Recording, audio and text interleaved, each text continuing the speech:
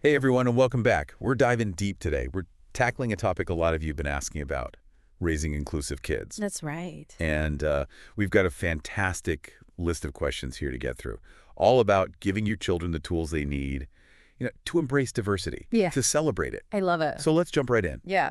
One thing that always fascinates me is that Sure.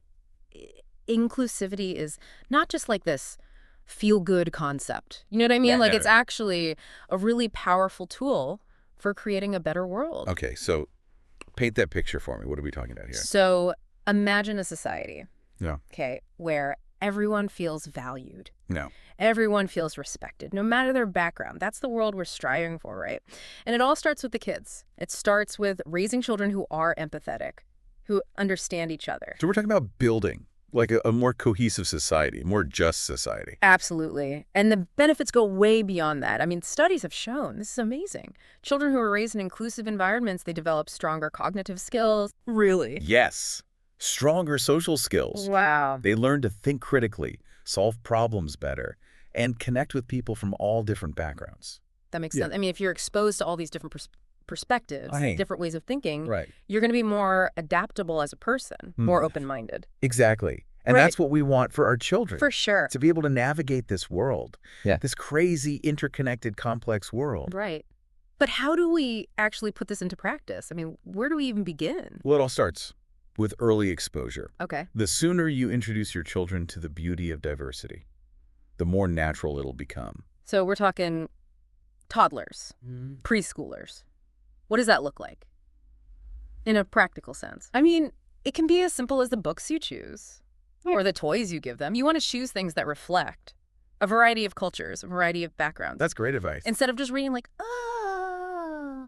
the same classic fairy tales over and over again, introduce them to folk tales from Africa, Asia, Latin America. Oh, I love that. It makes story time even more exciting, opens up a whole new world for them. Absolutely. And you can use everyday moments as teaching opportunities too, Yeah. point out the diversity you see in your community, Hmm. whether you're at the park, at the grocery store, or just walking down the street. Yeah. Make them aware of the world around them, the people in it. Exactly. And don't be afraid to have real conversations about race, ethnicity, culture. I know it can be a little daunting, Oh, yeah. but use age-appropriate language. Focus on celebrating those differences rather than shying away from them. That brings up a tough question. Because what about when children, despite our best efforts, they say things or they do things that reflect prejudice or bias? Oh, yeah. That's a challenge a lot of parents face. And it's important to remember that children are learning all the time. They're absorbing information from everywhere, so they may repeat things they hear without fully understanding the impact or even the meaning behind it. So how do we respond in those situations? Is it okay to correct them? Yeah. Absolutely. But you have to use those moments as teachable moments instead of scolding them or shaming them. Right. Try to understand where the comment is coming from. Ask them questions like, why do you think that? Or what makes you say that? You're encouraging them to think critically about their own assumptions. Exactly. And then you can gently challenge their thinking by providing different perspectives. For example, if a child says something stereotypical about a group, you could say, well, I know someone from that group, and they're a doctor, or they're a teacher. You're basically expanding their understanding, breaking down those stereotypes. Okay, so we're laying the foundation at home. But what about schools? What's their role in all of this? Schools play a huge role in fostering inclusivity. I mean, a truly inclusive school is one where diversity isn't just present, it's celebrated.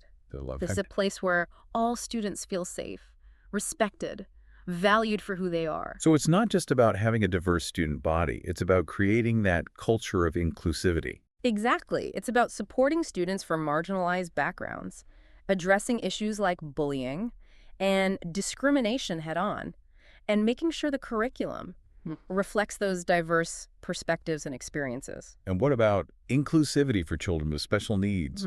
How do we make sure they're fully integrated, fully supported? Yeah, that's such an important aspect of inclusivity, creating classrooms that welcome and support children with disabilities. It benefits everyone. It teaches empathy, understanding, the value of different It abilities. normalizes the idea that everyone learns differently, everyone interacts with the world differently. Exactly. And it prepares all children for a world where they'll encounter people with a wide range of abilities. It can be tough, though, to know how to even approach these conversations about sensitive topics like race, gender, Now, with young children. you're right. But it's a conversation we can't shy away from. The key is to use age-appropriate language and find teachable moments in everyday life.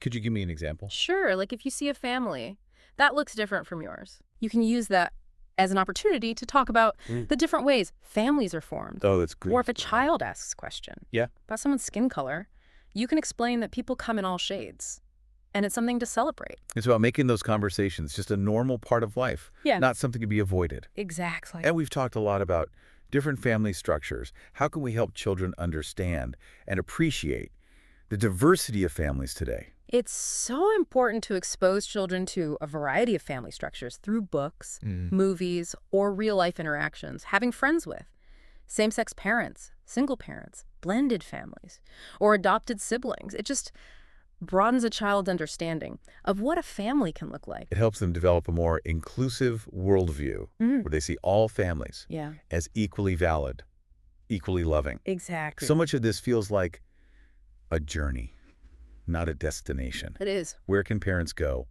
to find resources and support along the way? You're so right. It's definitely a journey, and there are so many great resources available to help you on that journey. The library is a great place to start. There are tons of books on diversity and inclusion for all ages. Well, it's amazing how many children's books are out there now that celebrate diversity in all its forms. It really is. And there are also websites, organizations dedicated to providing parents with tools and information. Just a quick search online will lead you to a wealth of resources. Great advice. And before we wrap up, I think it's important to talk about the power of modeling inclusive behavior. Yes, absolutely. I mean, children are like sponges. Right. They absorb everything. They see us doing. So if they see us treating everyone with respect, with kindness, no matter their background, that's what they'll learn. It all starts with us. It really does. You know? Yeah. This deep dive has given me so much to think about. It's a good reminder that raising inclusive kids isn't about checking boxes or memorizing facts. It's about fostering empathy, critical thinking, and a genuine love for humanity in all its diversity. That's beautifully said. And remember, you don't have to be perfect. We're all learning and growing. The important thing is to be intentional and committed to creating a more inclusive world for our children and for future generations. Couldn't have said it better myself. Oh. And as we wrap up, I want to leave you with a question.